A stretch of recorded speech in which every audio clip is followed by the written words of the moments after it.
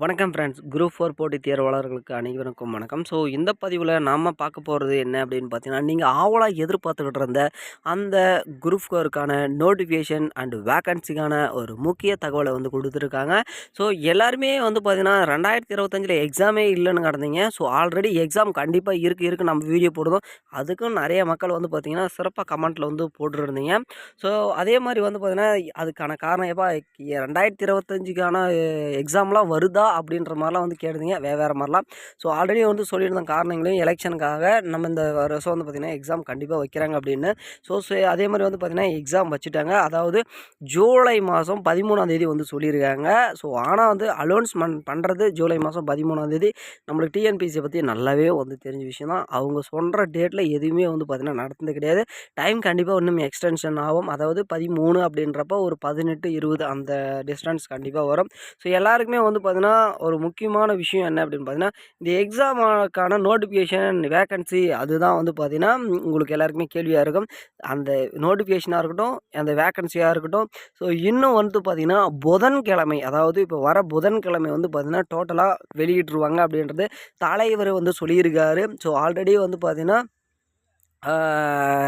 தலைவர் விட்ட அறிக்கையில் வேக்கன்சிக்கான கணக்கெடுப்பு பணி தீவிரப்படுத்தப்பட்டிருக்கு. இன்னும் வந்து பார்த்திங்கன்னா ஓரிரு வாரங்களுக்குள்ளே நாம் இந்த இதை வந்து விட்டுடுவோம் அப்படின்னு சொன்னார்.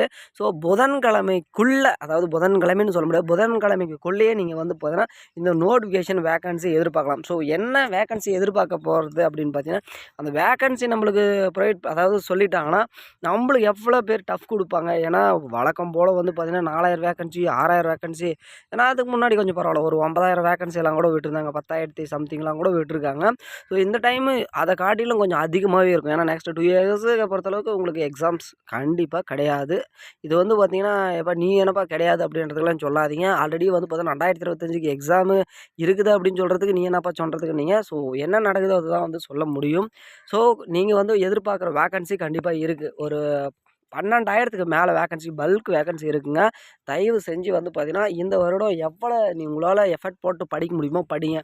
நீங்கள் எந்த வேலை செய்கிறீங்களோ இல்லையோ இதுக்காக எஃபர்ட் போட்டு படிக்கிறவங்க அந்த வேலையை மட்டுமே பண்ணுங்கள். அதே மாதிரி சிலபஸ்ன்னு கேட்குறப்ப அவுட் ஆஃப் சிலபஸில் கண்டிப்பாக வந்து பார்த்திங்கன்னா வரும். ஒரு 5லேருந்து 10 கொஸ்டின் மஸ்ட்டும் அவுட் ஆஃப் சிலபஸ்லேருந்து வரும். அவுட் ஆஃப் சிலபஸ்னால் 12வது, அதாவது 12வது வரைக்கும் மேக்ஸிமம் நம்மளுக்கு வந்து 10 தான் வந்து கொடுத்துருக்காங்க. ஸோ 12 வரைக்கும் வரும் அப்படின்னு பார்த்தீங்கன்னா நீங்கள் அவுட் ஆஃப் சிலபஸ் ஒரு 10 கொஸ்டினாவது வரும். அவுட் ஆஃப் சிலபஸ் அப்படின்றப்ப வெளியில் வந்து கேட்பாங்க அப்படின்னா ஜென்ரல், அதாவது உங்களுக்கு 12வதுலேருந்து 12வது வரைக்கும் நீங்கள் மேக்ஸிமம் வந்து தரவாக படிக்கணும். ஸோ அவுட் ஆஃப் சிலபஸ் அப்படின்றப்ப வேறு எதுவும் பெருசாக கிடையாது. ஸோ ஜென்ரலாக வந்து பார்த்தீங்கன்னா நீங்கள் ஜென்ரலாக வந்து கேட்குறது வழக்கம் தான். ஸோ அந்த மாதிரி தான் வந்து கேட்பாங்க. ஸோ நீங்கள் அதை பற்றி ஒன்றும் வரி பண்ணிக்க தேவையில்ல. நீங்கள் 12வது வரையும் தரவாகவே படிச்சிருந்தீங்கன்னா கண்டிப்பாக உங்களுக்கு இந்த வருஷம் போஸ்டிங் இருக்குது.